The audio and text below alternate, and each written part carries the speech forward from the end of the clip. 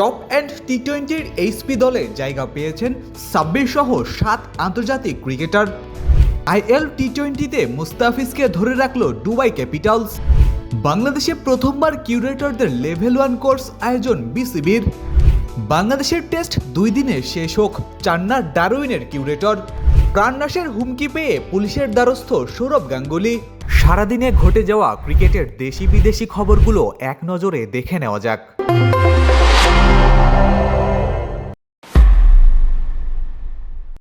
অস্ট্রেলিয়ার top and টি-20-র জন্য ইরফান শুক্কুরের নেতৃত্বে 15 সদস্যের এইচপি দল ঘোষণা করেছে বিসিবি।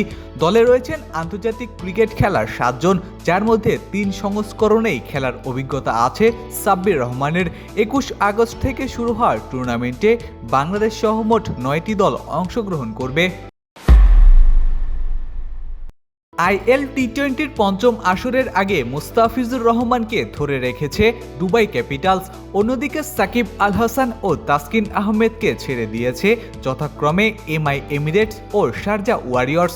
গত আসরে দুবাইয়ের হয়ে 8 ম্যাচে 15 উইকেট নিয়েছিলেন মুস্তাফিজ।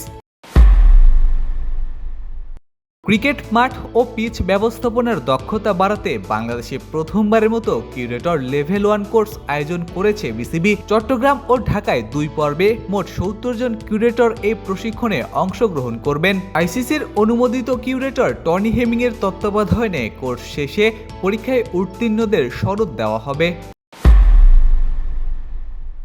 প্রায় 23 বছর পর ডারউইনের মারমা স্টেডিয়ামে টেস্ট খেলতে যাচ্ছে বাংলাদেশ। ম্যাচের আগে উইকেট নিয়ে কিউরেটর জ্যাক পালভিচ জানিয়েছেন, ব্যাটার বোলার দুই পক্ষকে সহায়তা করবে এমন ভারসাম্যপূর্ণ পিচ তৈরি করা হয়েছে। চতুর্থ পঞ্চম দিনে ব্যাটিং কিছুটা কঠিন হতে পারে, তবে বাংলাদেশ অস্ট্রেলিয়ার টেস্ট 2 দিনে শেষ হোক সেটা তিনি চান না।